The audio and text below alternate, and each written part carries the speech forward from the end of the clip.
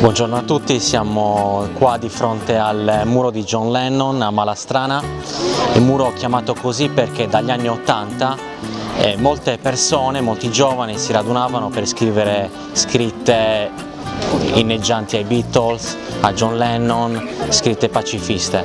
Questo muro quindi è diventato un muro di dissidenza, è un muro che disturbava il regime comunista di Gustav Husak. Quindi le scritte sono state ripetutamente ridipinte, il muro è stato ridipinto più volte e l'originale dipinto di John Lennon è stato cancellato da varie ripitture. Poi dopo la fine del regime comunista l'Ordine dei Cavalieri di Malta, che ha in proprietà questo muro, ha consentito l'utilizzo di questo muro per le scritte, che infatti adesso è pieno, ed è stato ripristinato anche il ritratto di John Lennon, lo possiamo vedere più volte qua.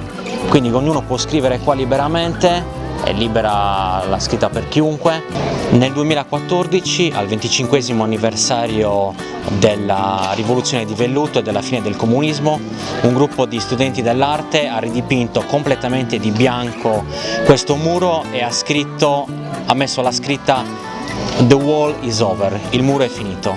Il gruppo dei Cavalieri di Malta inizialmente pensava di denunciare il gruppo di giovani artisti, fino a che non si è trovato un accordo, e allora insomma la denuncia è caduta nel nulla, e anzi la scritta "The wall is over", il muro è finito, è stata tramutata in "The war is over", cioè la guerra è finita, quindi simbolo del pacifismo.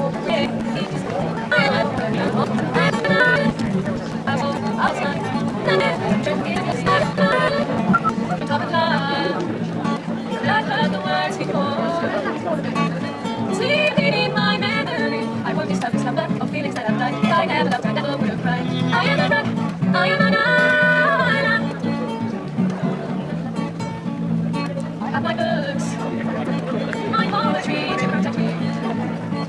Shielded in my armor, I leave my room, sacred in my room. I touch no one, no one touches me. I am a rock, I am an island, and a rock feels no pain, and an island never cries.